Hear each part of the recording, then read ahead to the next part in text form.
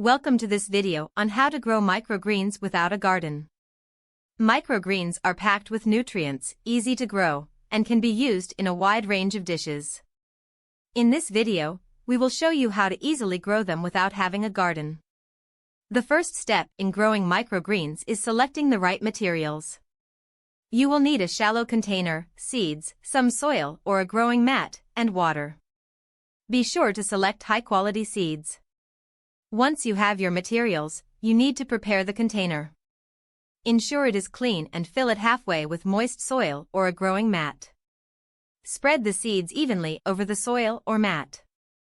Cover the seeds with a thin layer of soil or mat and spray it lightly with some water. Ensure the soil remains moist and avoid overwatering. Place the container in a brightly lit spot or under a grow light. Ensure the temperature is moderate and not too hot or cold. Microgreens are usually ready to harvest in about 7 to 14 days after planting. Simply cut them off at the soil or mat level and use them in any dish you like. Growing microgreens without a garden is easy and requires minimal materials.